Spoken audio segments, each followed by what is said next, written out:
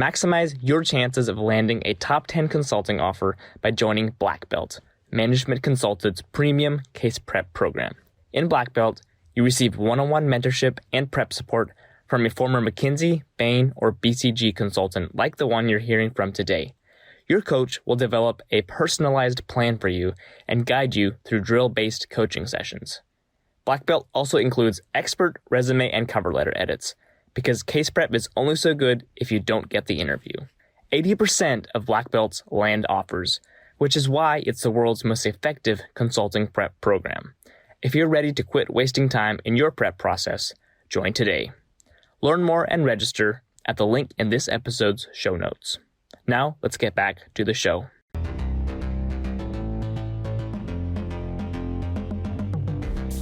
So you're interested in consulting and you're thinking about breaking in via the MBA pathway. One of the most preferred ways to get an MBA is online. It's much more affordable.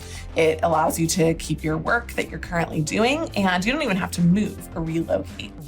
But do consulting firms view online MBAs at the same level that they do MBAs or EMBAs, executive MBAs? The short answer is no.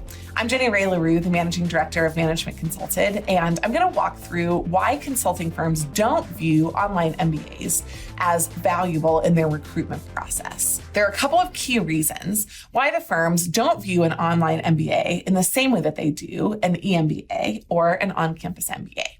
The first one is the admissions standards of online MBAs. Online MBAs are the creation of universities that figured out that they are fixed cost institutions that have the ability to deliver a limited number of curated in-classroom experiences to their students.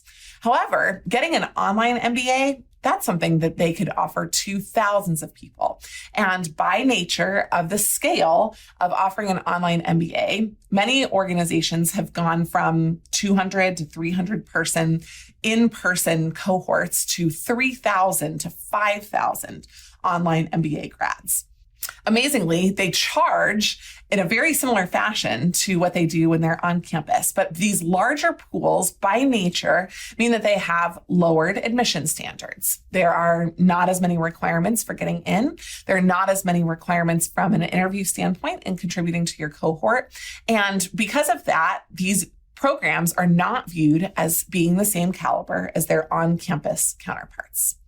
The second reason why it's not a great pathway to go down an online MBA in order to break into consulting is that when you're on campus, you're immersed in one-on-one training and experiences that lead to career transformation.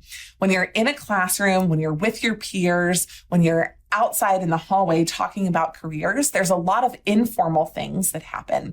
And those connections do not and cannot happen by nature of an online MBA program.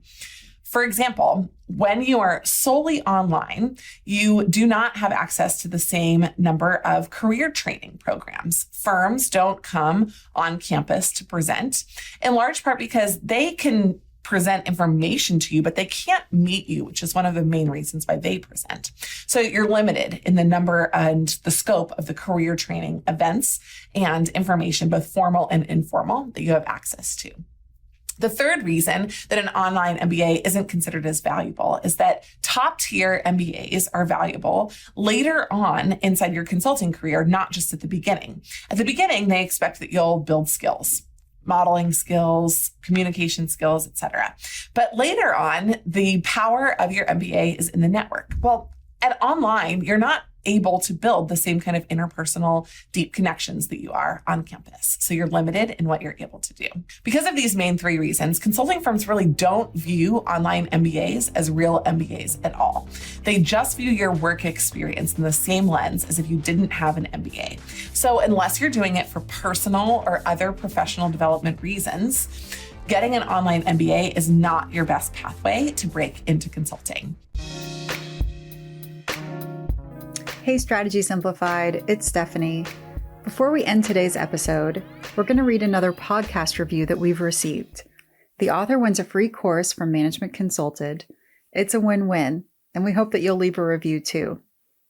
Today, we want to thank Ish, who wrote a very long and extensive positive review. For the sake of the podcast, going to synthesize here a little bit. Ish said, as a candidate preparing for consulting case interviews and learning more about the consultant's mind and lifestyle, I've found no better resource than Strategy Simplified. Incredible content. Nothing parallels Strategy Simplified, period. Here are 3 reasons why you should subscribe to the podcast. Number 1, flexibility and portability of audio. Number 2, industry-specific knowledge. Number 3, knowledge from key industry players in consulting. Ish, you certainly shared a lot more than that as well. Thank you so much for your review. You've just won a free course and we'll be in touch soon. For everybody else, don't forget to leave your rating and review on Apple Podcasts for your chance to win. And it does not have to be as glowing of a review for you to win. We'd love to hear your honest and transparent thoughts. And after you leave a review, make sure to send us an email to let us know. podcast@managementconsulted.com.